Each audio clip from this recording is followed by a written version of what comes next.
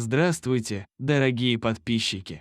Сегодня хочу рассказать вам одну интереснейшую историю. События, о которых пойдет речь, произошли в Сербии, на одном из кладбищ. Эта история о собаке быстро распространилась по всему миру. Однажды люди обратили внимание на событие, которое происходило на одной из могил. Овчарка очень часто приходила на кладбище и часами сидела у могилы своего умершего владельца. Собака отходила от могилки лишь для того, чтобы попытаться найти еду. Люди, которые приходили на кладбище, поражались преданности этой собаки. Они начали приносить для нее пищу. Была осень, дело приближалось к зиме и наступлению холодов. Люди понимали, что у могилы собаку ждет смерть от холода. Поэтому они начали прогонять овчарку.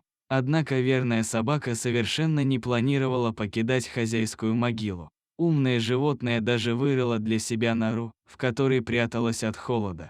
Люди начали фотографировать собаку и выкладывать снимки на просторах интернета. В сети восхищались верностью и самоотверженностью овчарки. Со стороны может показаться, что данный рассказ напоминает историю Хатика, но это было не совсем так. Одну из фотографий собаки увидела защитника животных Весна. Женщина прониклась судьбой собаки. Она решила отправиться на кладбище и узнать, что кроется за таким поведением. Весна стала единственным человеком, который вплотную приблизился к норе, чтобы рассмотреть, что там находится. Женщина обнаружила следующую находку – 4 щенков. Овчарка вырыла нору специально, чтобы спасти от холода своих детенышей. Малыши были совсем крохами. Очевидно, они родились совсем недавно. Весна выяснила, что сначала собака и вправду находилась на кладбище, потому что там был похоронен ее хозяин.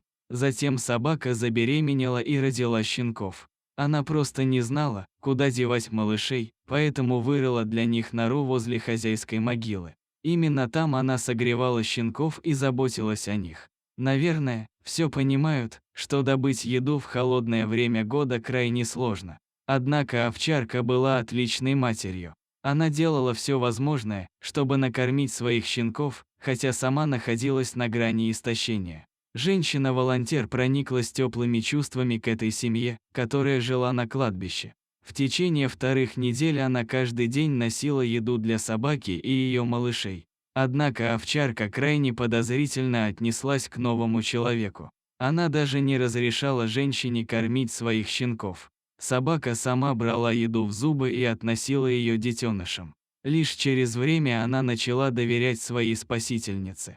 2 недели понадобилось сотруднице приюта, чтобы завоевать доверие собаки-матери. Она разрешила Весне забрать ее и щенков в новый дом. Собака уже полностью доверяла своей кормилице. Весна – человек широкой души. Она не просто помогла собаке, но и подарила счастливую жизнь ей и щенкам.